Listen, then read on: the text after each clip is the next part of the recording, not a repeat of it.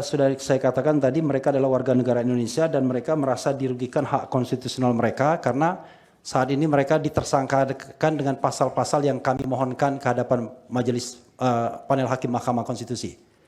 Adapun pasal-pasal yang dimohonkan dalam pokok permohonan adalah sebagaimana yang sudah saya sebutkan tadi, Yang Mulia Hakim Konstitusi, pasal 310 ayat 1 KUHP, pasal 311 ayat 1 KUHP, pasal 433 ayat 1 KUHP, ayat 1 Undang-Undang 1 2023, pasal 434 ayat 1 Undang-Undang 1 2023, pasal 27A Undang-Undang Informasi dan Transaksi Elektronik, pasal 28 ayat 2 Undang-Undang Informasi dan Transaksi Elektronik, serta pasal 32 dan pasal 32 ayat 1 dan ayat 2 dan pasal 35 Undang-Undang Informasi dan Transaksi Elektronik.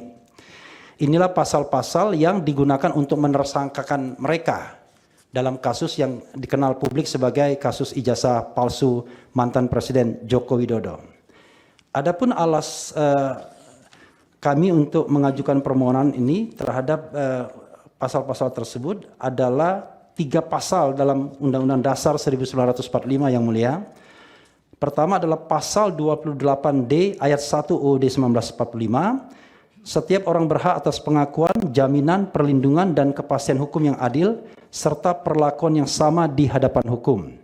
Pasal 28E ayat 3 UUD 1945, setiap orang berhak atas kebebasan berserikat, berkumpul, dan mengeluarkan pendapat.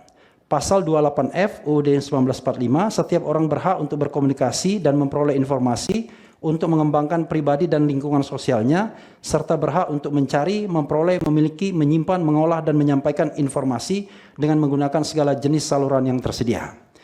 Nah, secara de facto Yang Mulia, mereka ini melakukan kegiatan meneliti yang namanya ijazah seorang mantan presiden, dan kemudian mereka ditersangka dengan pasal-pasal tersebut. Nah, kami menganggap bahwa itu adalah pelanggaran konstitusi.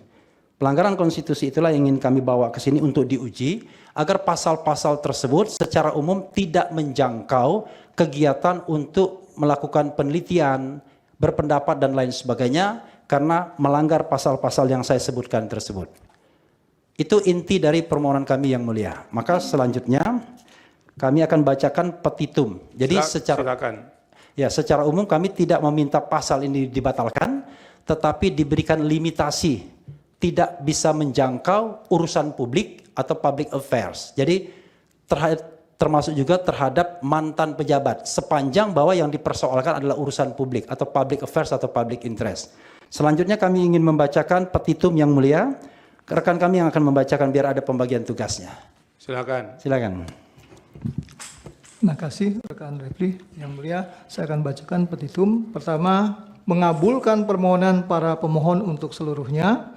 2, menyatakan pasal 310 ayat 1 KUHP yang menyatakan barang siapa dengan sengaja menyerang kehormatan atau nama baik seseorang dengan menuduhkan sesuatu hal yang maksudnya terang supaya hal itu diketahui umum, diancam karena pencemaran dengan pidana penjara paling lama 9 bulan atau pidana denda paling banyak Rp4.500, bertentangan dengan Undang-Undang Dasar Negara Republik Indonesia tahun 1945 dan tidak mempunyai kekuatan hukum mengikat sepanjang tidak dimaknai kecuali kritik atau pendapat yang didasarkan pada hasil penelitian atau riset terhadap tindakan atau perilaku atau keputusan pejabat negara yang sedang menjabat atau telah purna tugas, tidak dapat dipidana asal disampaikan dengan niat baik atau bonafide untuk kepentingan publik dan tidak bertujuan jahat atau merusak nama baik semata.